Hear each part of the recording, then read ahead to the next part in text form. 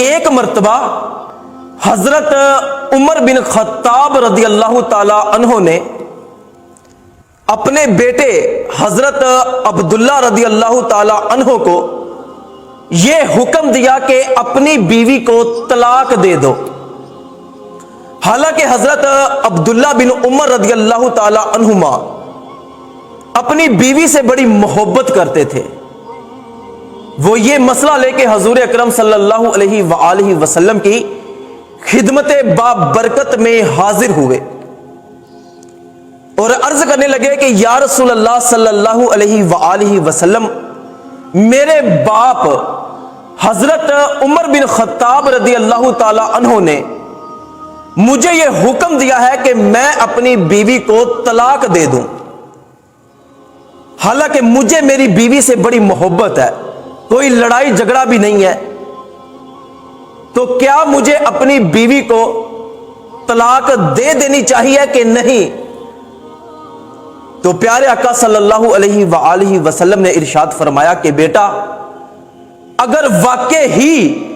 حضرت عمر بن خطاب رضی اللہ تعالی عنہ نے تجھے یہ حکم دیا ہے کہ تو اپنی بیوی کو طلاق دے دے، تو تجھے اپنی بیوی کو طلاق دے دینی چاہیے تاکہ باپ کی نافرمانی نہ ہو۔ تو کچھ لوگ حضرت عمر بن خطاب رضی اللہ تعالی عنہ کے اس واقعے کو مد نظر رکھتے ہوئے کہتے ہیں کہ اگر ماں یا باپ اپنے بیٹے کو یہ حکم دے کہ وہ اپنی بیوی کو طلاق دے دے تو بیٹے پر واجب ہے کہ اپنی بیوی کو طلاق دے دے، کہ جس طرح حضرت عمر بن خطاب رضی اللہ تعالی عنہ نے اپنے بیٹے کو حکم دیا کہ وہ اپنی بیوی کو طلاق دے دے تو اس نے اپنی بیوی کو طلاق دے دی۔ اسی طرح حضرت ابراہیم علیہ السلام نے جب اپنے فرزند حضرت اسماعیل علیہ السلام کو یہ نصیحت کی کہ وہ اپنی بیوی کو طلاق دے دے تو انہوں نے بھی اپنی بیوی کو طلاق دے دی۔ تو پھر ایک سوال ذہن میں آتا ہے کہ اگر بیچاری بیوی بے قصور ہو تو کیا پھر بھی والدین کے کہنے پر بیوی کو طلاق دے دی جائے؟ اور اگر بندہ والدین کے کہنے پر بیوی کو طلاق نہ دے تو کیا بندہ گناہگار ہوگا کہ نہیں؟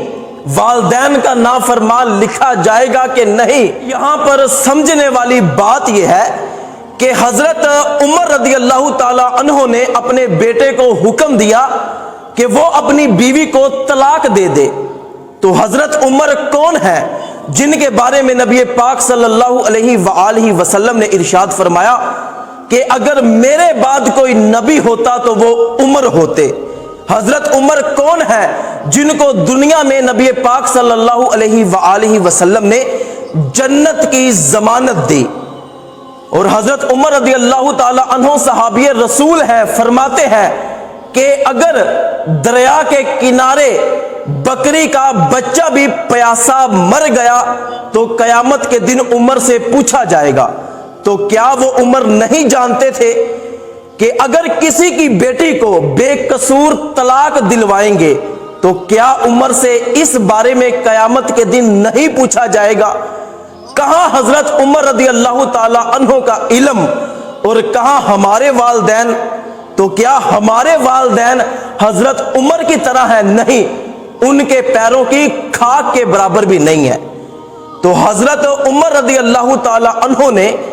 جو اپنے بیٹے کو حکم دیا کہ اپنی بیوی کو طلاق دے دو،